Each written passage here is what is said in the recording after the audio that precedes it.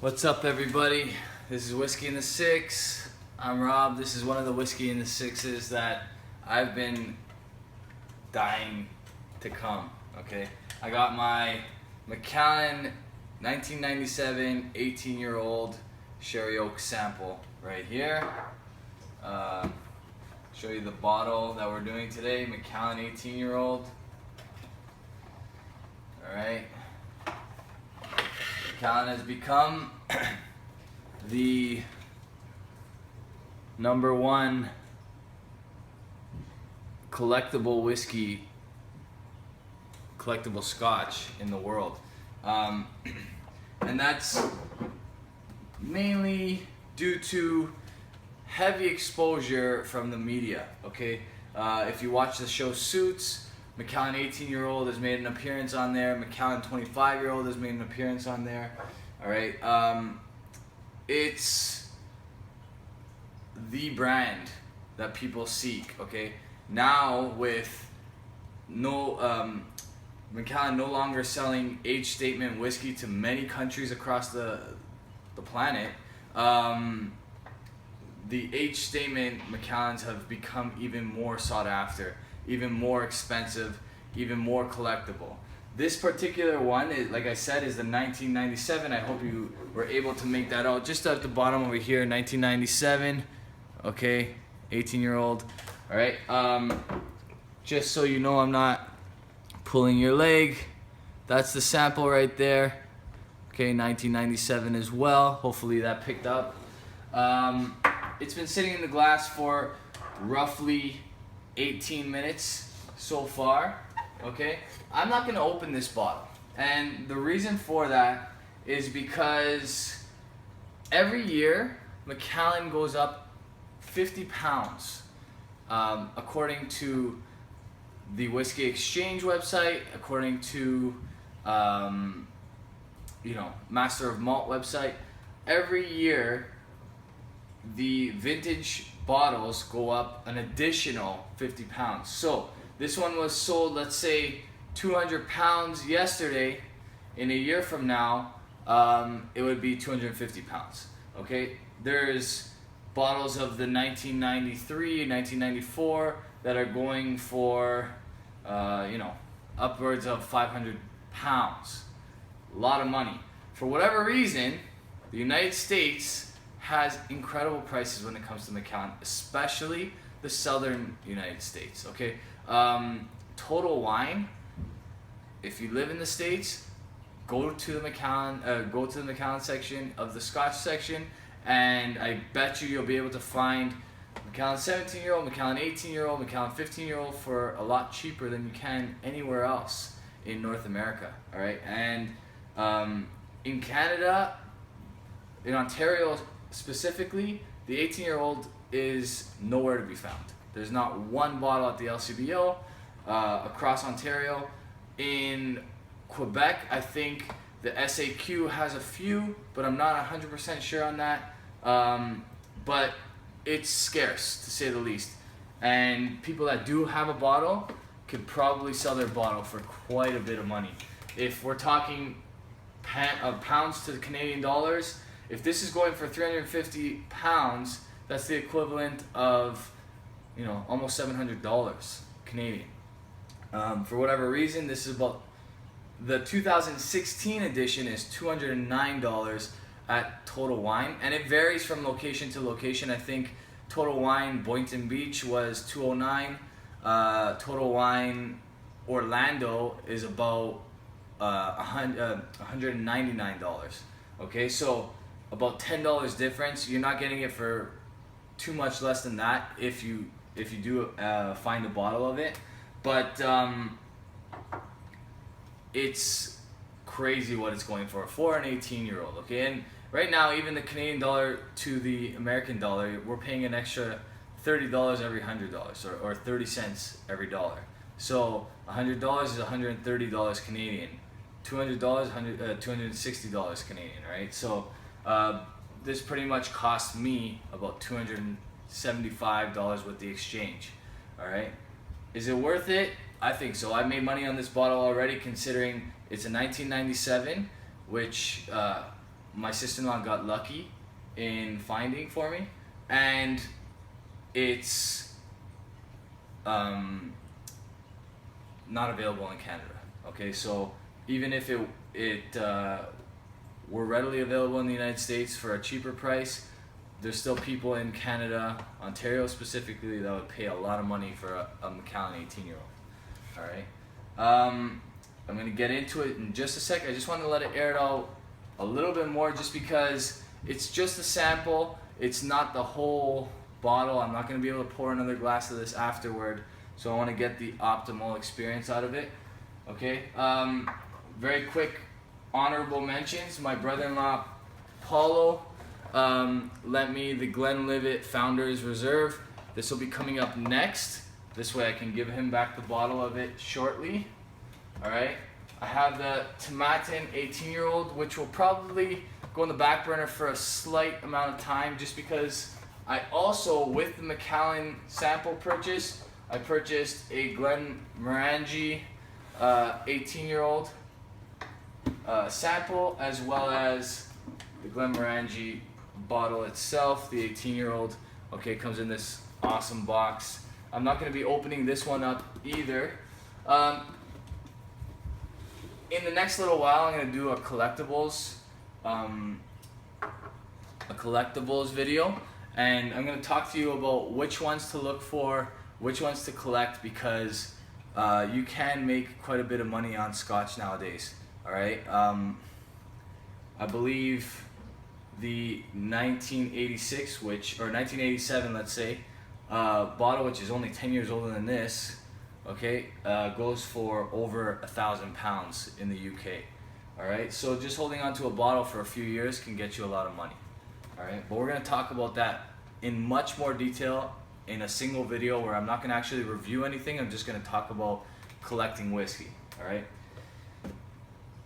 Finally, to the Macallan 18-year-old sherry cask. On the nose. Okay. Definitely a Macallan. Right off the hop, you get that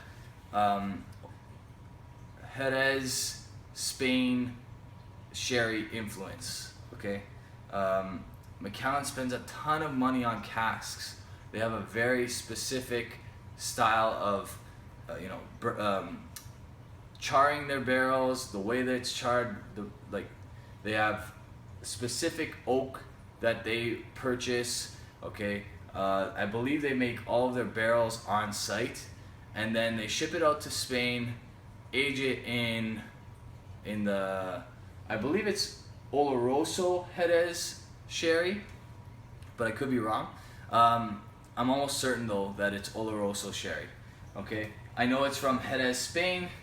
All right, but most likely Oloroso, because from the research I've done, they have rows and rows of Oloroso sherry casks from Jerez, Spain, that have the Oloroso wine inside, and what it's doing is just flavoring the barrel.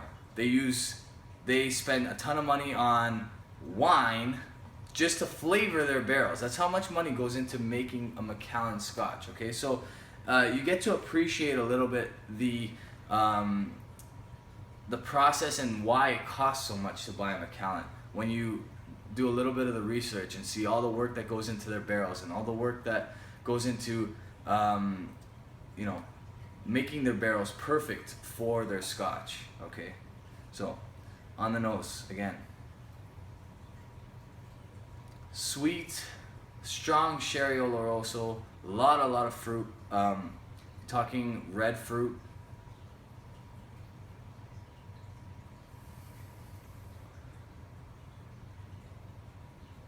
Okay, so there's some cinnamon there.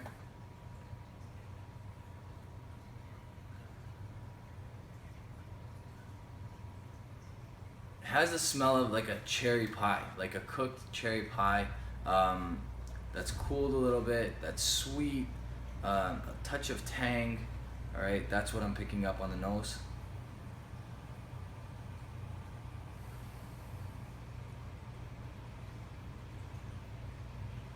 You get a touch of smoke, very minimal. some oakiness, nowhere near as oaky as the Macallan Ruby. Okay. Yeah, like not even close to as oaky as the Macallan Ruby. It's much more subdued, but much more smooth on the nose. Okay, it's bottled at 43%. So is the Macallan Ruby, but for whatever reason, it's very, very smooth on the nose, which might indicate that there's some younger whiskeys in the Macallan Ruby. Okay, Macallan swears by the fact that they don't add color to their whiskey. Okay, so that's simply the effect of the ex-sherry casks, gives it that dark copper color.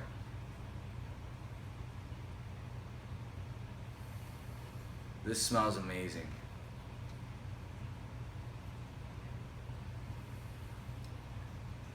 Okay, Macallan also uses one of the most expensive barleys for this Scotch, which is called Golden Promise barley. It has a very specific smell. I haven't tasted this just yet. The nose on this is very similar to the nose on the Glengoyne 18-year-old, and they both use the same barley, so I'm assuming that's very likely why. They're the only two whiskey makers in Scotland that use Golden Promise barley, and that's because it's so expensive.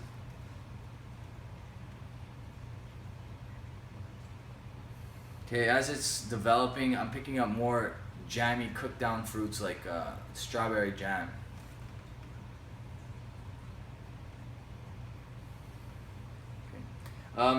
Macallan is considered a Highland Scotch. On all their labeling and stuff like that, you'll see it says Highland, but they believe in their hearts that they're a Speyside Scotch, because they started off as a Speyside Scotch, and then when there was some rezoning in Scotland of what region was what, Macallan fell out of the Speyside region and was then considered a Highland Scotch. But in their opinions, they are a Speyside Scotch. So you do get the effect of a Highland Scotch in this, but you also get that effect of a Speyside style Scotch. Okay, it's somewhere between a Glengoyne and a Glenlivet, or Glengoyne and a Glenfiddich, I meant.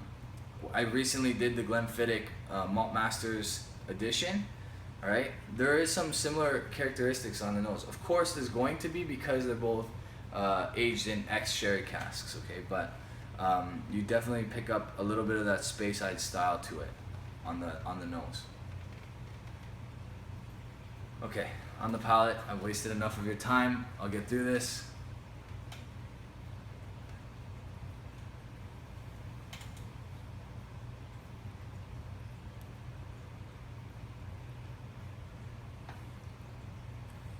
On the entry, very spicy in the sense that you get like a ton of cinnamon. It's super smooth, super sweet.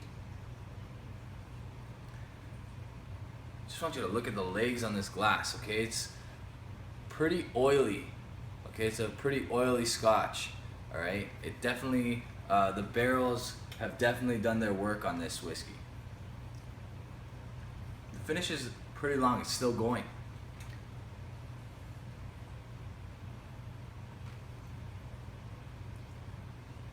This is really good. Okay, one more time on the palate.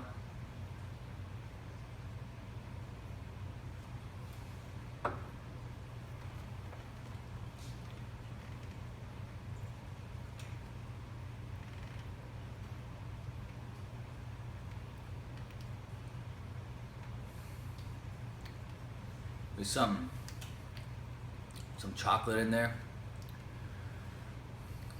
Light coffee note. A little bit of smoke. A little bit of oak. Finish is still going. It's very fruity. Pick up that strong Jerez Spain influence, that cask, Jerez sherry cask influence. It was really good stuff. Okay, right near the end, I'm picking up a touch of like some plum.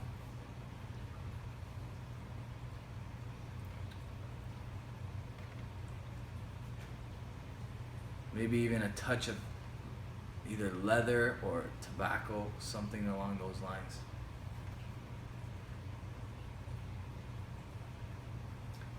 I'm gonna give you one more.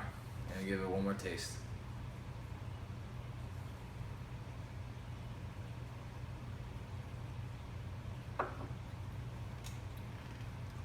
If I needed a word to describe this Scotch, yes, it's tasty, yes, it's smooth, yes, it's very Macallan, but it's gentle, okay? It's 43%. It's a well-aged Scotch at 18 years old, okay, which is going to be very old in a few years if you guys don't start collecting and stocking up on the older Scotch, because there seems to be a shortage in Scotland. But it's gentle. That's the word I would love to use to describe this. It's gentle. It's not harsh at all on the palate. It's an easy drink.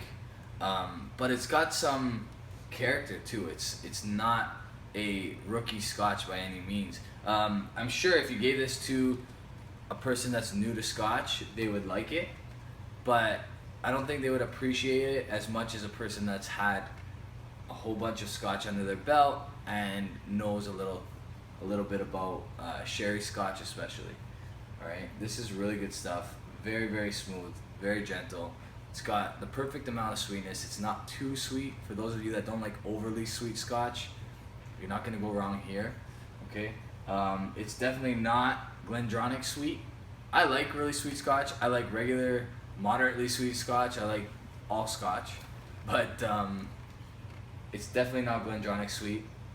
More along the lines, I would say this is even like a touch less sweet than a Glengoyne 18-year-old, but it's really good stuff, okay?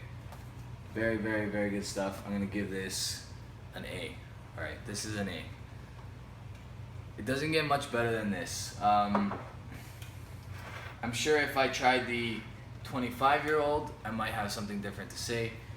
For whatever reason, the Macallan 17-year-old seems to be more expensive in most places it's sold. So they're sold side by side. The 17-year-old goes for more money. Perhaps because it's using 3 different casks in the 17-year-old, whereas this is exclusively sherry. That's partially bourbon and partially American sherry and partially Spanish sherry, okay? So maybe the cost of the barrels is a little bit more, so that's what costs the the retailer a little bit more as well. But I haven't tried the 17-year-old yet. That'll probably be my next purchase once I get to the States and get down to Florida. But this is excellent.